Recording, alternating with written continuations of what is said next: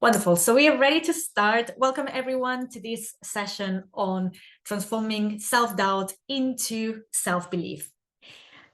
I chose this topic because recently I've been talking to a lot of people, and recently I've been doing some career coaching, which I hadn't done in a long time, actually.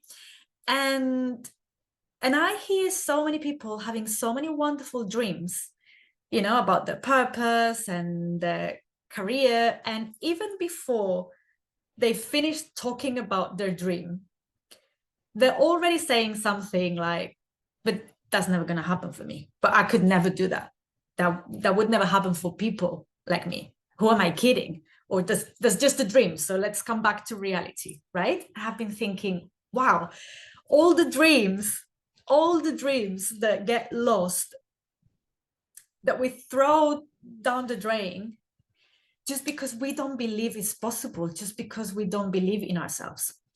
And it breaks my heart. It breaks my heart when I see this and when I hear this. And that's what I thought that today will be a good topic to cover. Because the thing is that, and you've probably heard this quote or something similar, if you believe that a dream, whatever your dream is, if you believe that a goal is possible for you, you're right. And it will be possible for you and it will happen. If you believe that it's not possible, that it's completely out of your reach, that that's never going to happen for you, you're also right. And that's never going to happen for you. And if you've been here before, I see a few familiar names here. So you probably know a bit of what I'm about and the ideas that I share. For those of you who don't know me, I'm a mindset coach, and my focus is on deep healing, on breaking free from past conditioning, from any limiting beliefs, from any thoughts or ideas that are not serving our dreams, that are not serving creating the life you truly want to live. Because we are very good at creating, or more than creating, at just surviving or going with the life that others expect us to live, the life that we were programmed to live, or the life that we decided that was acceptable for us or that was possible for us back in the day. But very often they're not the same. Very often the life we were programmed to live, the life others expect us to live, is very different from the one that feels authentic for you, the one that truly resonates, the one that makes your heart sing, if that makes sense. So I want to cover, as always, I want to share with you practical tools, and we will be going through some steps so you can move from self-doubt to self-belief. Because it's very common, you have that vision, you have that dream, and you're like, yeah, totally gonna do it. New Year's resolutions, or after the summer when you're on holidays and you feel really inspired, and like maybe you travel abroad and you see different cultures and you're back and it's like, yeah, I need to change. I'm gonna change my life. And then you get stuck in the routine and nothing changes. Or maybe you decide to take action, or you consider maybe potentially start to take action, and then the self-doubt kicks in. Who do you think you are? That's never going to happen for you. That type of things doesn't happen for people like you. You're not smart enough. You're not tall enough. You're not blonde enough. You're not good enough. You're not XYZ enough, whatever your inner voice, whatever your negative thoughts say. And we all have this, right? So first of all, let's start with the session with no judgment, and anything that comes to your awareness here, embrace it and welcome it. Because if it's coming to your awareness, great. It means that you're saying, hello, I'm ready to be released. I'm ready to be transmuted. Do something about it. So becoming aware of these things is always a great step. It's not something to worry about. It's not something negative. It's the opposite. It's always something to welcome. Otherwise, we're blind, right? Otherwise, we are blind. Now, I know that this is easier said than done, because those self-doubts often are good old friends of ours, are they not? You're not good enough, you don't deserve that, never going to happen for you, they're going to judge you, what if they reject you? Some of them, suddenly come to your awareness and it's like, oh, this is new. But very often, the main ones are good old friends. They've been there for a long time. So, and if that is the case, we need to go deep into the root of where these doubts or fears, or anxiety, it might not even come up in the form of a kind of a tangible or specific thought, but maybe it's resistance in the body, maybe it's fear, maybe it's stress, maybe it's anxiety, maybe it's procrastination, maybe it's apathy, so it will show up in different forms, but they are never random. They're there for a reason, right? So the self-doubt, in whatever format they manifest for you or they show up for you, they're not random. They're not someone else's. They don't appear out of nowhere. It's not our mind suddenly going crazy and trying to trick us. They are there for a reason. And this is very important. This is what we're going to be digging in today and see how we get to the root of this, because at the end of the day, it's the very first stage. And a lot of people think, oh, but that's just a common thing. That's how humans are. Well, yes or no. We all have fears. Sometimes we have collective programs or conditioning. I have to say that when I work with someone, in the years I've been working one-on-one with clients, and especially when it comes to, again, for some reason, when it comes to career, and this is where I'm seeing it very, very, very, very clear and very, very visible these days, I find that women, in order to, for example, start a business or apply for a certain role, or or apply for a promotion or something like that, they feel like they have to tick all the boxes and more and beyond, right? And whereas men, in that sense, in general, don't have that many self-doubts. And I'm not saying, I don't want to generalize and say that all women are this and all men are this, but in my experience, it is very common that that women have more self-doubts or lack of confidence. That's what I'm seeing in my experience. And I think there is, of course, that element of collective programming, right? History, sometimes even ancestral, is not, sometimes is inherited. It's not even from this day or even from this lifetime. It comes from generations. So a lot that we can explore, here. So yeah, there will be some elements that are common for many people. And yeah, as human beings, our priority is to survive. So anything that implies change, anything that implies uncertainty, we don't like it. Instinctively, we reject it. You need to be like really, really, really, really, really, really, really confident and really, really, really able to not react, to find yourself in a moment of uncertainty or about to take a big leap and not have that moment of, wait a minute, what's going on here? Because it's our nature, right? It's our instinct to stay safe. Because whatever you've been doing up to now, whether that's being pleasant or unpleasant, joyful or not, you're still alive. So whatever you've done so far, it has worked. It has kept you alive. Maybe not the most fulfilled, maybe not the happiest, but you're still alive. So if you try to change something instinctively, there is going to be that element of resistance. Now, within this nature that we all have, and it's good to acknowledge it, but as human beings, we also, our consciousness, is beyond that. So the key is to be able to manage that. So beyond that, like kind of general or survival instinct, the specific self-doubts, the specific negative thoughts, the specific anxiety, the specific, whatever, in whatever format shows up for you is not random. It's there for a reason. And very often is there to protect ourselves. So I'm going to go deeper into understanding the root of self-doubt. I'm going to catch up with the messages before we start, actually. Right, so already saying, logically I understand the why of my conditioning, but I still get triggered and get emotional. Takes me at least 2 days to recover every time and a lot of soothing. Yeah, absolutely.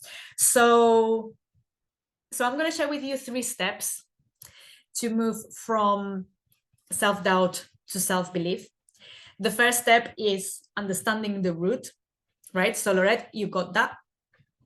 The second step is what you're going to really enjoy and where the magic happens. So bear with me because I'm gonna cover that.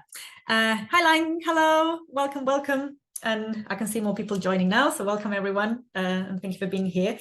So step number 1, get to the root of the self-doubt. So first of all, I'm sure you have a dream, goal, vision, whether that's the big picture, long-term future, or whether that's next week, right? So if you tune into that potential, if you tune into that vision, if there is self-doubt, it will show up as like I said, a negative thought. You're not good enough, never gonna happen for you, you don't deserve it. It might show up as tension in the body, maybe just thinking about it, or maybe just considering taking the next step towards it.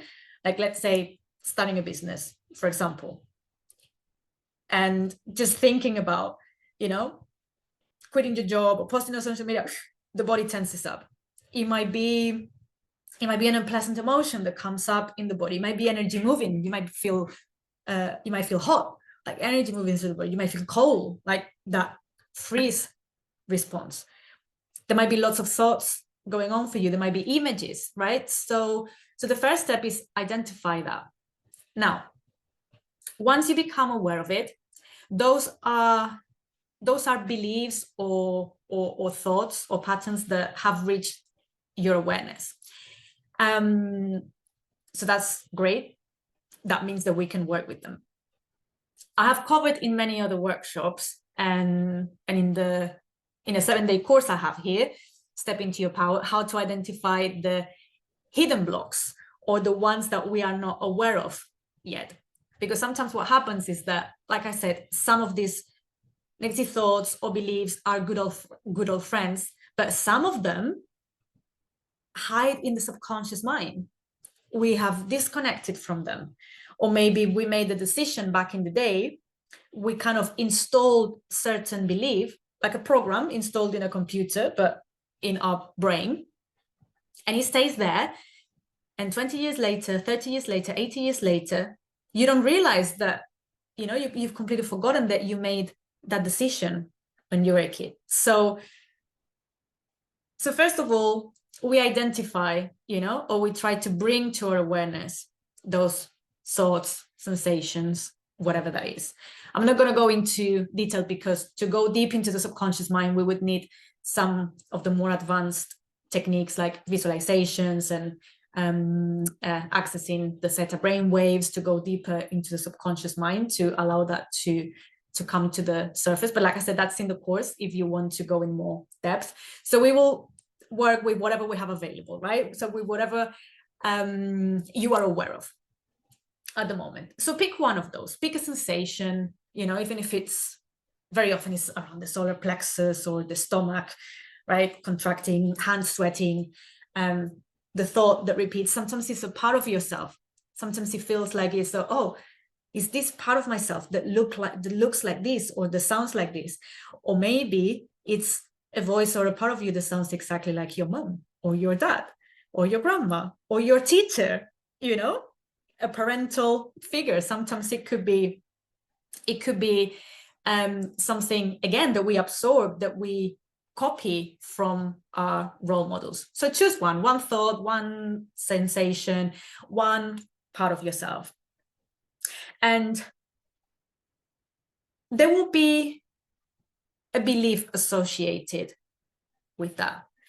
And what I would like you to do, what I'm going to invite you to do is to close your eyes And you can do this, of course, when you have more time on your own, maybe in a more quiet space, you know, and take your time, maybe go to nature where you can relax more. But I'm going to invite you to connect that thought, that sensation, that part of yourself, and whatever belief is coming up, you're not good enough, never going to happen for you, whatever that is. Ask yourself, when did I make this decision? And just see where it takes you. And again, in this talk, I'm not leading a proper meditation or a proper process to uncover deep stuff because of the setting. I know there are people coming and going, and I have that in my recorded tracks or in my courses. But you can close your eyes for a few seconds and just say, right, okay, this, I'm not good enough. This, it's never going to happen for me. I don't deserve that. This tension, this funny feeling in the stomach. When did I make that? When did I make the decision that I wasn't good enough? When did I make the decision that love will never happen for me? When did I make the decision that being myself is not safe? Or the speaking up is not okay? Whatever is coming up for you. When did I make that decision? And it might take you through different, you know, points of time. Sometimes it will be, or if it's just a sensation that you can't describe with words, just allow it to take you to when you first felt that. When does this originate? If it's just a sensation that you can't describe, if there are no thoughts or beliefs associated with it, when did I first experience this? Because very often it will be something that gets triggered.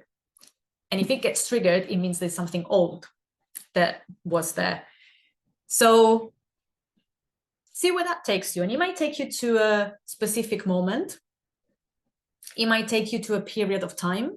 Maybe, I don't know, like if someone was bullied at school, it might not be one particular event, but it might be a number of years. If it was a specific traumatic event, it might take you to one particular memory. It could show up as, or it might take you to just a part of yourself that, you know, that you're not sure when it started or when it finished, but just a part of yourself that carries that belief, that made that decision for some reason. So examples I could give is, like I say, if someone was bullied at school, very likely they developed the belief, it's not safe to be me, I can't express myself, I am not lovable, I am not good enough. If your parents were very strict, you might have developed the belief, I have to be perfect. Any perfectionists with me here? If you went through a very difficult breakup, for example, you know, anyone hasn't experienced a broken heart? I don't know anyone who hasn't experienced a broken heart, whether that's a romantic relationship or losing someone they loved, right? That can leave a big imprint. I see some raising hands, yeah, so I'm not alone. So yeah, that can leave a big imprint, and we make decisions, and it doesn't necessarily need to be from childhood. Most of our core beliefs will happen in childhood, during childhood, up to 7 years old, because it's when our brain is developing, is in that theta brain wave, which means that we are a sponge and we absorb, and we look and we learn and we copy and we make decisions to survive, because that's our instinct, right? So they might not be the most empowering decisions. Sometimes they are, sometimes they're not, depending if you've received a lot of love and validation. Yeah, you might have grown up with, or you might have a core set of really empowering beliefs, and that's amazing. But again, who here hasn't experienced a form of trauma? And trauma, I don't mean big events.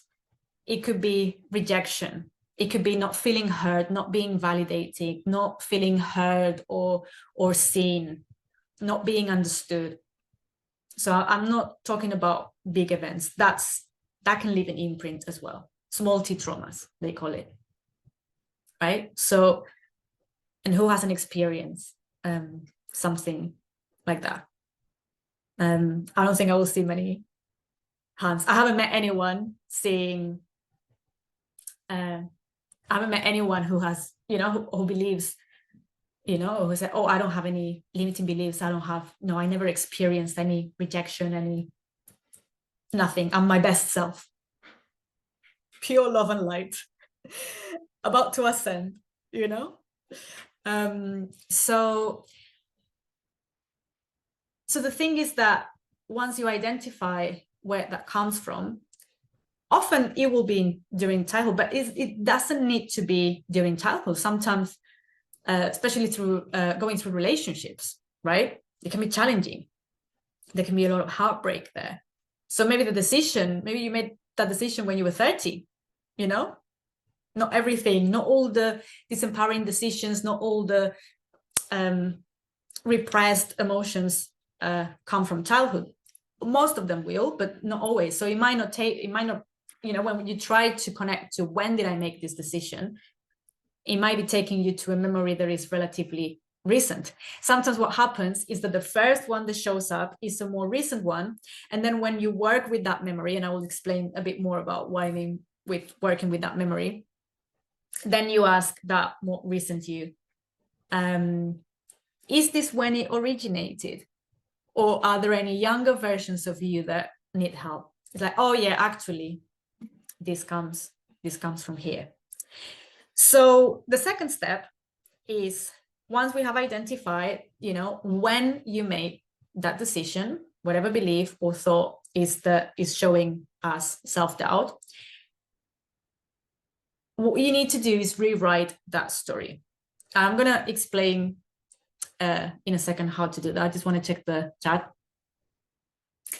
Jay saying, as a child, my mom was very supportive. When I was a teenager, she started drinking and was very mean. So I swing between two. Yeah, so that's the thing, that maybe the earlier years, your core beliefs, will be about feeling loved and supported, but any time in life that can change.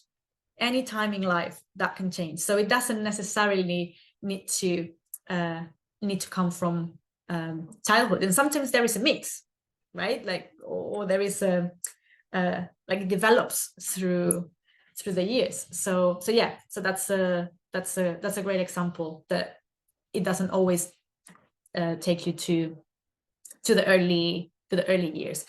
So I said, right, so what we do next is rewrite the story. Now, what do I mean by rewrite the story? I use the word story very carefully and very mindfully, and not event, because we can't change what happened in the past, whatever you were going through when you made that disempowering decision. And again, no shame, we all do. So like when we do the tapping and we say, I love and accept myself anyway, if something is coming up for you, even though this is coming up for me, even though I just realized I had this belief that it is really annoying, I love and accept myself anyway, always from a place of acceptance, right? They be saying bullying in the workplace and taking through unfair disciplinary was used as a scapegoat. Yeah, that can leave a big imprint as well, and the beliefs that come from it. And again, we're human beings, we try to survive, and so something happens and we're like, instinctively the brain is going to be like, right, something unpleasant happens. So whether that's bullying, or my mom was being mean, whatever that was, and the brain immediately goes, this was painful, we're not going through this again. It's a defense mechanism, right? And it's totally natural. So again, no judgment. It's actually good that it's coming up so it can be transmuted. So where was I going to? Rewriting the story. So we can't change the events. We can't change if your mom was mean. We can't change the bullies. We can't change an abusive father or brother or mother or teacher. We can't change a partner that cheated on you. We can't change a car crash. We can't change things that happen or whatever you were going through during that period of time when you made that decision. We can't change that. But what we can change is the story that lives within us. Because the event and the story are very, very, very different things. One thing is what happened, and the other one is our interpretation of what happened. And being bullied, if you go, and this is just one example, but for different people, if you're bullied as a kid, different kids going through the same type of bullying, they will make different decisions because they have different personalities. And one will decide to be very mean in the future to protect themselves. One might become a rescuer, trying to defend the weak ones, always fighting for the lost causes. Another one might decide to just kind of retreat. And, so the beliefs that they make about the same bullying, the same events, can be very different. So we can't change the bullying, we can't change what happened, but what we can change is that belief. The belief that, so others don't laugh at me, I have to laugh at others first. The belief that it is not safe to be me, and I have to, and I'm not allowed to speak up. The belief that I am responsible for other people's feelings, that I need to be the rescuer, that I need to save everyone else, that I have to please everyone. Those stories, those decisions, we can't change. And that's the work we need to do. That's the work we need to do. Because, you can't change what happened in the past, but the story, you can. And a lot of people say, well, but then does it mean that I'm responsible for what happened? No, we are not responsible for what happened to us in the past. But what we are responsible for is the healing. If we left an imprint, we are responsible for healing it and rewriting that story. And that we can totally do. It's in our hands, which I find very empowering, because it means that no matter where you come from, no matter what you experience, you have the power to heal it. And of course, the fact that mom rejected you one day and didn't have time for you after work is not as traumatic as being abused for years. No, it's not the same. Probably the deeper, such a deep wound is going to take longer to heal. But it is healable. And that we are responsible for, but we can do so. So I find it very empowering, because it's like, right, okay, so it's not about lack anymore. I don't need to suffer whatever life wants to throw at me because I experienced this and this and that in the past. I can heal it. I can make up, I can change my mindset. I can change my beliefs. How cool is that? Yeah, it's not easy. I'm not going to lie. It's not easy. I don't have a magic wand for that yet. I'm developed, I'm always open to new techniques, and one day I might, discover the magic wand that, that heals people instantaneously. Not yet. But it is doable. And the way to go about it is rewriting that story. And the work I do in my one-on-one sessions, and it's funny because I've been doing coaching and healing for many years now. And I always love to do a new course and learn a new discipline. And, let's see if this sophisticated healing technique is the key. And I always end up going back to very basic principles, really, which is identify the root of the negative thought, limiting belief, anxiety, emotional trigger, whatever. Identify the root of it. Let's see where that takes us. What was going on for you at that time? So you had to make that decision to survive. And let's go back there and let's talk to that younger you, which might be 6 years old, might be 40 years old, might be a baby in the womb. There's a lot of work that I do about beliefs that we absorb even when we are in our mother's womb. The stress, the anxiety, the beliefs, what we hear, we absorb a lot of that. Even previous lifetimes. Some of you might not believe in the idea, but I have definitely experienced that. And it's all about going to that scene and helping that younger you make a different decision. Give them the resources they need to make a different decision. And very often this looks like in the work I do, I use a lot of meditation, obviously, to relax, to engage more with the subconscious mind rather than the conscious mind, which is where the magic happens and which is where the deep stuff is stored. So a lot of relaxation, a lot of meditation, and a lot of visualizations, because images are the language of the subconscious mind. So when you are seeing yourself, when you're in a relaxed state and you're able to access the subconscious mind, you're able to relax into that, and you can go and visit your younger you, and also combine with like tapping and some energetic techniques to release energetic blocks or any repressed emotions or unprocessed blockages. When you go and talk to that younger you and you give her the resources she needs to make a different decision, and you go through that process, when you go through that dialogue and you are seeing that, and your subconscious mind starts to rewire and starts to go like, oh, a different experience. Now I'm not experienced feeling like a victim because I was bullied. Now I'm experiencing that I have the power to stand up and go and tell these people what you're doing is wrong, and I'm going to speak up for myself. Or I have someone, aka you today, or sometimes it's incredible what can happen in those sessions, because sometimes we can bring like superheroes or members of the family, but also like fictional characters.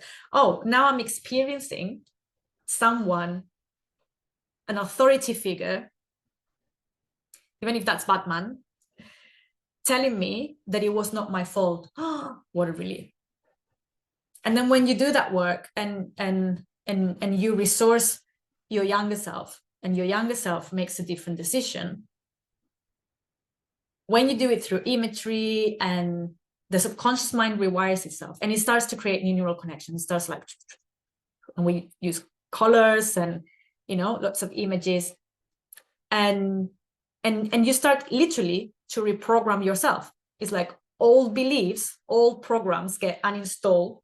Like when you have a computer and it's running really slow and it's really annoying, and you're like, what's wrong with this machine, right? And then you go to applications or software or programs or whatever, and you see a bunch of programs, and like, what is this even doing?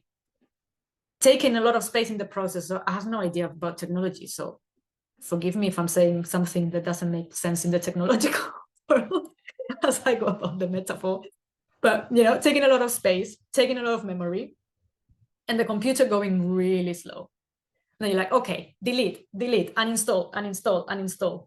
Let me install some updates, and suddenly the computer goes, oh, and it starts much more quickly. It's exactly the same. So that's what's happening when we do that process. And this is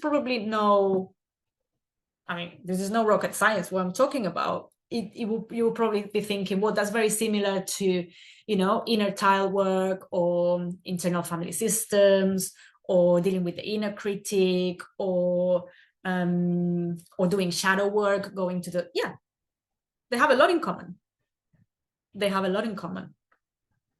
I like to make it more powerful with the tapping and some energetic techniques. When you do it through that kind of like journey, or visualization, I think it's much more powerful than just talking about it. So, and that is the key. And you might be thinking, that's really difficult. I wouldn't be able to visualize my younger me. how am I going to have that conversation? I don't see that happening.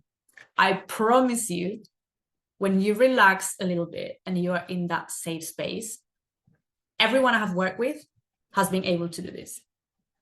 Everyone.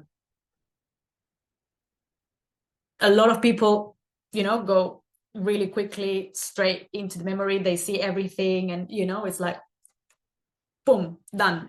Younger self feels much better. She's made a different decision. We reimprint, which is like going through all that visualization, bringing the colors, reprogramming the subconscious mind, done. Other people struggle a bit more and they may be like, no, I'm more about sensations, right? So yeah, not everyone is the same, but it's work that anyone can do.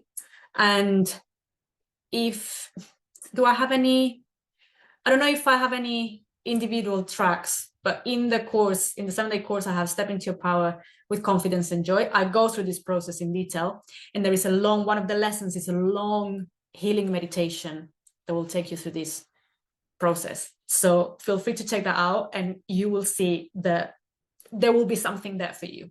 And yeah, sometimes it's in the first go, you don't resolve like years of abuse in one session. Sometimes it can happen, but in all honesty, it might take a bit, your younger self might need a bit of convincing that it wasn't her fault, that she didn't do anything wrong, that she deserved to be loved, that that's not what she deserved, etc., etc. So yeah, it can take a bit longer, but that is the process. Debbie saying, I'm not responsible for the shortcomings of the person who put me through that situation. I pity them for being the kind of person who had to hurt others to make themselves feel important. Yeah, absolutely. The most, I don't even want to say evil, but the most mean, harmful people normally have experienced so much trauma themselves, which doesn't justify what they did if they did something wrong. But yeah, I think it's a great way to look about it. How sad that this was your way to cope with life hurting others. Jay saying, I don't quite understand shadow work. The thing is, the shadow work has become this fancy, extravagant term, that can be a bit complicated. For me, shadow work is going to the subconscious mind, the parts of ourselves that we are a bit disconnected from, and following this exact process. I'm not a big fan of the word shadow work. I have talked about it sometimes, but for me, it's very, very similar. It's those parts of ourselves that we reject, that we are embarrassed of, the subconscious beliefs that run, in the shadows, we could say, that run the show without us being aware of it. And it's about becoming aware of them and bringing light to them. How do you bring light to them? Healing them, rewriting the story. I always, when I talk about shadow work, I always talk about, well, at least here in Europe, we have this idea of the American movies. You guys in the US will know what I'm talking about, where you have this huge house and there is a lot of, these like scary movies when the girl is going into the basement and, and everything is dark and it's full of cobwebs and, and all these crackling noises. And it's like, oh my God, don't go there, don't go there, don't go there. You're gonna get killed. And then she turns the light on. It's like, oh, it was just a few cobwebs. Now in the scary movies, very often someone gets killed, but you know what I mean?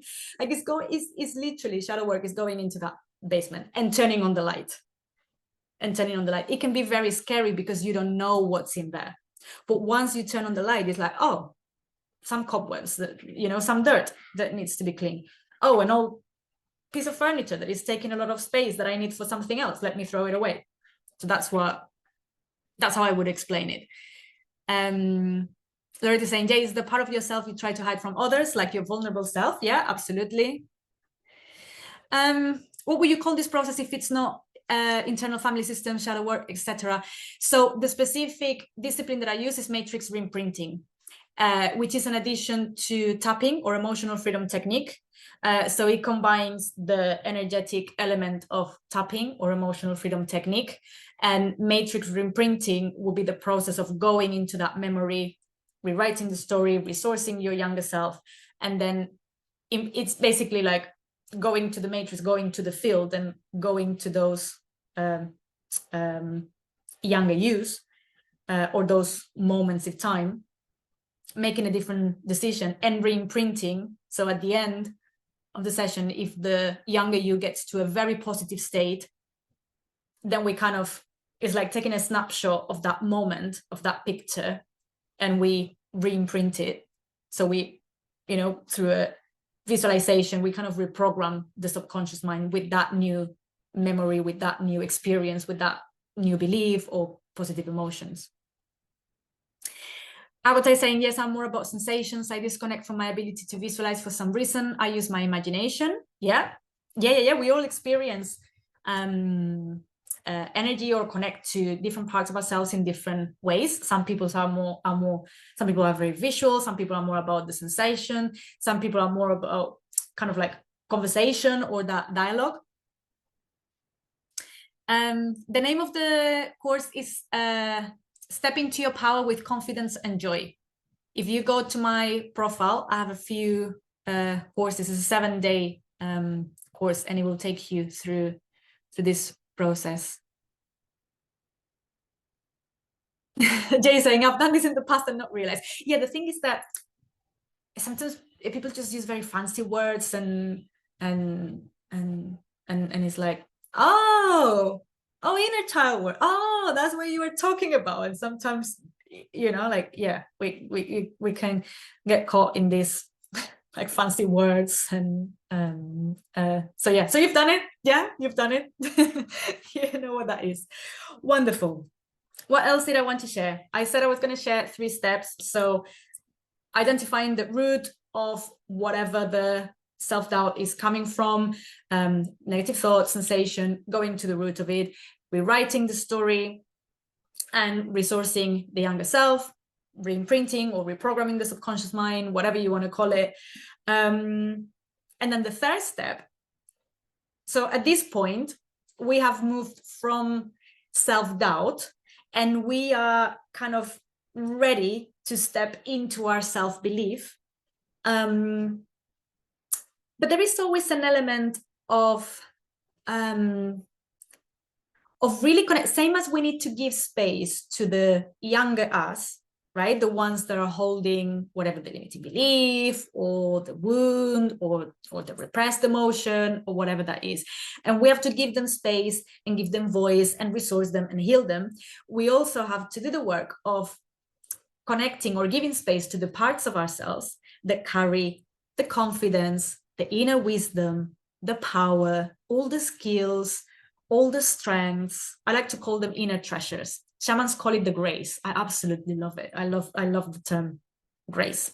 When they talk about soul retrieval, which it's another fancy word for this, which I also love. I really love when I was doing my shamanic energy healing training. At least the discipline that I trained, it is very connected to nature. It's very experiential. It's very about being in the moment. And they use beautiful words and kind of beautiful ceremonies. So they talk about soul retrieval. Some of you might have heard about it. And when they talk about soul retrieval, they talk about a similar thing. It's about a part of us that when experiences trauma, kind of freezes or just disconnects from ourselves because it's too painful. And then it's about retrieving that part of our soul, right? So soul retrieval is, again, very, very similar concept. Different technique, different way to go about it, but very similar concept. It's about healing those parts of ourselves and bringing them back. And when they talk about bringing those parts of our soul back, they talk about bringing the grace back. Grace meaning what we would be if we were in our purest, most authentic, healed, unprogrammed, untraumatized form. Our true essence, who we truly are. The inner treasures. I like to talk about inner treasures. but they talk about bringing back the grace, right? That part of yourself that without the wounding, the trauma, the conditioning, the programming we are exposed to, what would that look like? And those are your inner treasures, and that's within you already. It's not something that you buy on Amazon. You know, confidence, inner wisdom, connecting with your intuition, all those strengths, that's not something that you buy on Amazon or eBay. It's in you. It's in you already. So same as we have to give space to the parts of ourselves that need the healing and that have been exposed to the programming and the conditioning, we have to give space to the parts of ourselves that carry the grace, the inner treasures, the talents, the skills. And I think that here is where, you know, positive affirmations and working on your confidence, you know, like making a list of all your strengths, all your skills, the positive thinking, the creating your vision board, you know, like stepping into your most empowered self. This is the stage. This is where you would do that. But what I see again and again is that people rush to this step because it's more pleasant. It's much more pleasant to listen to positive affirmations than to go to a younger self that was wounded and release that trauma or release that experience. It's much more pleasant to listen to the positive affirmations, and that's why people prefer that. But it doesn't matter how many hours of positive affirmations you expose yourself to. It doesn't matter how many vision boards you hang on your wall and look at. Without step 2, without rewriting the story, without the subconscious mind, without your mindset and your core beliefs being aligned with your vision and your positive affirmations, you're trying to bring down a tank with arrows. You're going to need a lot of arrows to bring down that tank. You're going to need a lot of positive affirmations to reprogram your subconscious mind just by listening to positive affirmations. But when you're doing the deep inner work, when you're doing the deep healing and the mindset work, then when you add the positive affirmations, the visualization, the really stepping into those higher frequency or higher vibration, you know, ways of being, then magic happens. But Lisa, I love it. Spiritual bypassing, absolutely, absolutely. And we get caught in these fancy techniques, and I see a lot, especially in the spiritual community, this extravagant, you know, like ceremonies and disciplines, and like, no, I've overcome all my problems. The problem is that in a previous lifetime, I was filling the gap, priestess, king, queen, wizard, I don't know, pharaoh, you name it. And I was wounded, and that's what I'm carrying. And I think it might be true. I'm not saying, you know, it might be true. It might well be true. But you're just jumping from one story to another. It's just that instead of, you know, telling yourself the victimhood story of this lifetime, it sounds a bit fancier if you talk about centuries ago. It's the same idea. And by the way, with people who feel that the imprint starts in a previous lifetime, the work I do is exactly the same. Exactly the same. Okay, let's go there. Talk to your X centuries ago you, and let's see what she's experiencing. Let's release it. Let's heal it. Help her make a different decision and different belief, and we carry on. We don't get stuck in the, oh, nobody's, you know, or all this fancy stuff. I'm a fan of going back to basics. The simpler we keep things, very often, this is my personal opinion, but the simpler we keep things, very often the more effective they are and the more powerful they can be. But like I said, positive affirmations, going to a cacao ceremony, you know, and visualizations and shamanic retreats, they're all wonderful. But if you don't do step 2, if you don't do the healing work, you're just keeping, yeah. Lisa said 2 words, spiritual bypassing. I have nothing else to add to that. You nailed it. Oh, Kathy's saying, I love this. Your life is resonating so much. Well, I'm glad you were here for a reason. So I'm glad that you're resonating with these ideas. I don't claim to have the absolute truth, by the way. Not at all. I just talk from experience and what I've seen, because I've been caught in the let's do the fancy stuff. You know, I'm super advanced. Okay, I've done a lot of therapy, I've done a lot of coaching, I've done a lot of healing. I'm super advanced now. What else is there? What else is there is go back and see if there's anything else left behind. That's what's next. Go to the deeper layers, because there is always an element. There is always, I don't know anyone who has reached like 100% healing. I don't know if that's even possible. Maybe when you do, you just, you know, ascend and then you just become one with your soul. I do believe that while we're here, we always have something to learn, something to improve. And I'm a big fan of keeping things simple, grounded, not up there, grounded, but they work. They work. It's just that I am aware, I'm very aware that this work is not for everyone. This work is not for everyone because it takes courage. And it does take courage. Like I always, every time I work with someone and I see them going through that process and going there and rewriting the story and making new decisions, you know, and yeah, and sometimes they get emotional. And I think, oh my God, that's courage, you know, like that's real courage. So yeah, I understand that it's not for everyone, but it's part of we can't be for everyone, really. So they'll be saying nothing worthwhile is ever easy. If it sounds too easy to be true, too good to be true, it's probably not true. No, sometimes, you know, there are things that really work, but you know what I mean. Yeah. Like most people have been exposed to years, decades of conditioning, programming. This world we're living is not easy, guys. This ain't easy world, especially this day and age, you know. So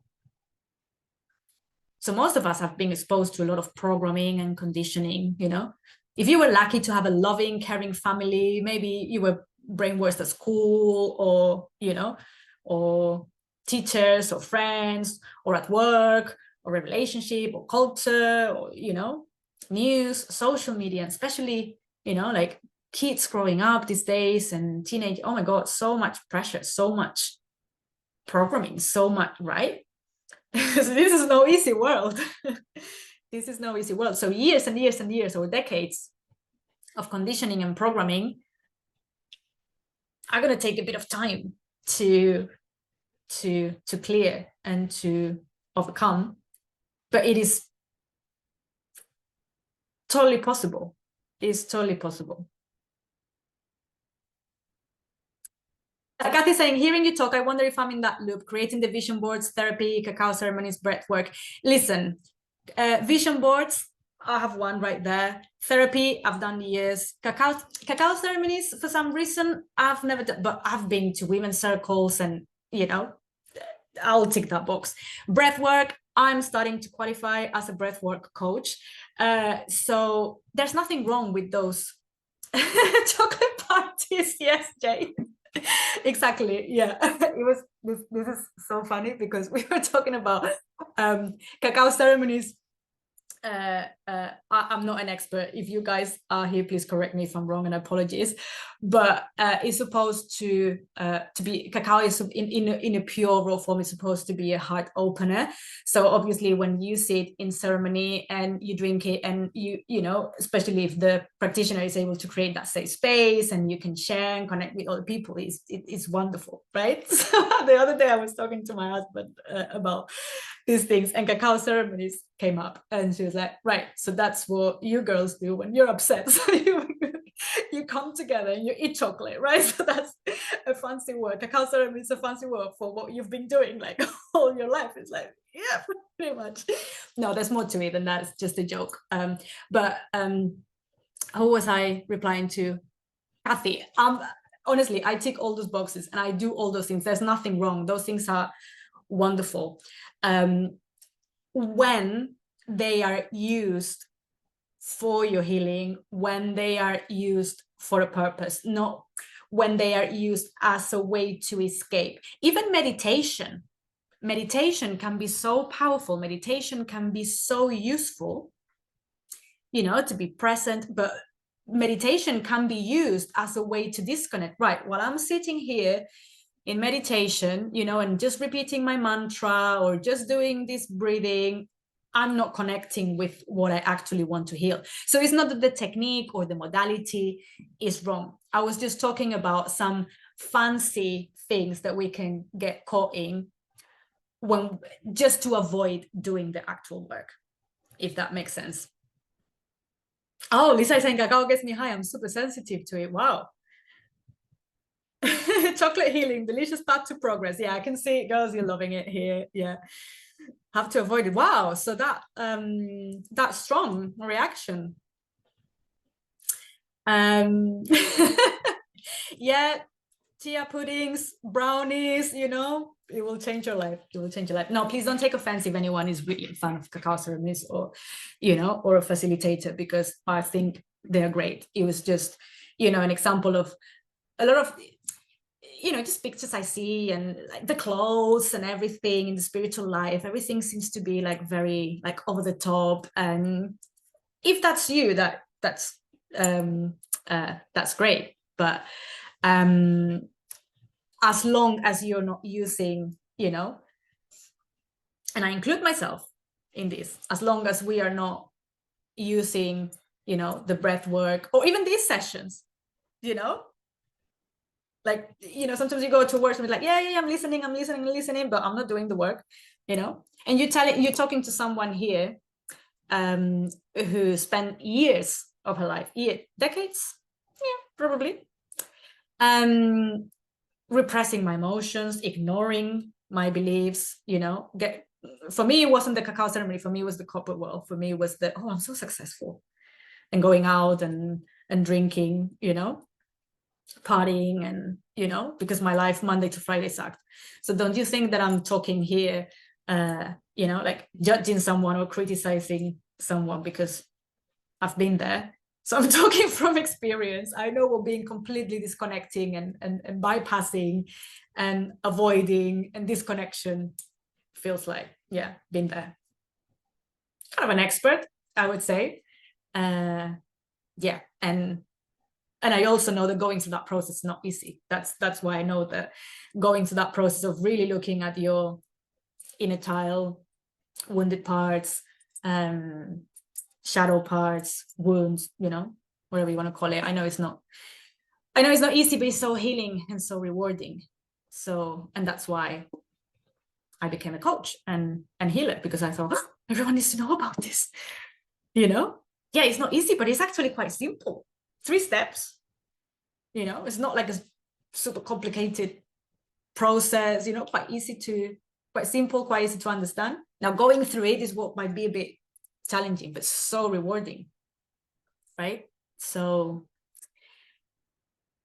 guys, we've been here for an hour. Thank you so much for everyone who has joined this session. I've enjoyed your comments, your feedback. I was saying I love your authenticity and genuineness, Veronica. Well, I try. Thank you. And thank you guys for sharing all your comments, your experiences, because you guys make these sessions really rich, right? So Kathy is saying, how can we connect with you? So make sure you follow me here on Insight Timer, and then you will be notified of new live events like this, or when I upload recorded tracks, or the courses I have. The one I mentioned was Step into Your Power with Confidence and Joy. I also have another one on self-love and another one on relationships. If you go to my profile here, you can click the link to my website, veronica-moreno.com, and you can know more about the work I do, the disciplines that I use, and all the details about this if you want to find out more. And yeah, give me a follow, and thank you so much for your reviews, for your positive feedback, for your donations, supporting these sessions. So yeah, thank you so much. Lisa saying, does the course do step 2 in depth? Yes, it does.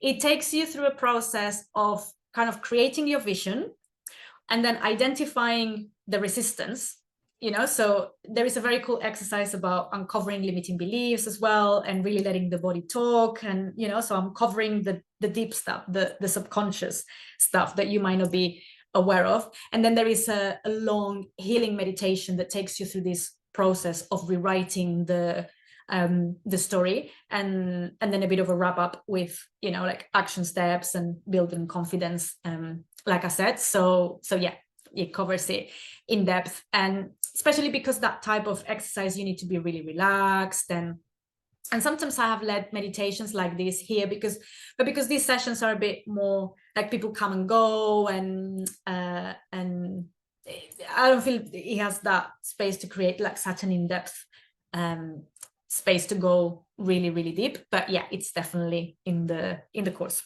Okay, my loves. So next week I'm here on Monday at 2 p.m. UK time for some tapping. I can't remember what topic have I chosen for Monday. I can't even remember. Self-love. No, on Thursday the talk is on self-love. Thursday 5:30 p.m. So same time. The talk is on self-love. And the tapping, I'm going to make it up. I can't remember. I don't know, guys. Go to my profile because it's a weekly session and every week I cover a different topic. And right now, I honestly can't remember. Debbie saying, I like your approach to all of this. It really makes it feel like it doesn't have to be heavy. No, it doesn't. No, it doesn't. The thing is that when you spend years in therapy or in counseling, like more like the traditional talking therapy, which are wonderful, by the way. I'm a trained counselor. I did counseling for 2 or 3 years weekly, changed my life. Wonderful. But the approach of just talking about, all right, okay, and what happened to you then? And what did your father do to do that? Oh, and what happened at school that day? And just talking about, oh my God, it's dense. It can be dense. It can be dense. And when we go about it in a more, what do I want to say? Energetic / experiential way, it's much quicker, it's much more effective. The transformation you can achieve is much deeper than just by talking about it. And that's why, I understand that a lot of people are like, when they say, life is not flowing, but I'm not sure why. You have to do the deep work. You have to go, and understand the subconscious beliefs, the hidden blocks. You need to uncover them. No. Forward looking. I'm like, yeah, but only forward looking is not going to take you, it's not going to get rid of the old stuff, the old stories. But I understand that people are like, never mind, because it can be dense. And I did a 5-day immersion last week, a couple of weeks ago. I can't remember. Anyway, in a community I run with my husband, and some people are saying, "Oh my God, let's also add a bit of humor here, right?" And yeah, bring that lightness about connecting with those parts of yourself, the joy. Let's bring a bit of joy to this as well, right? Not only wounds and trauma and healing. Yeah, we have to do that, but also let's give space to that joy, that innocence, that I don't know. Let's be spontaneous. You know what I mean? Okay, Jay, thanks for being here. We're gonna wrap up now anyway. So thank you so much, guys, for being here and for your contributions.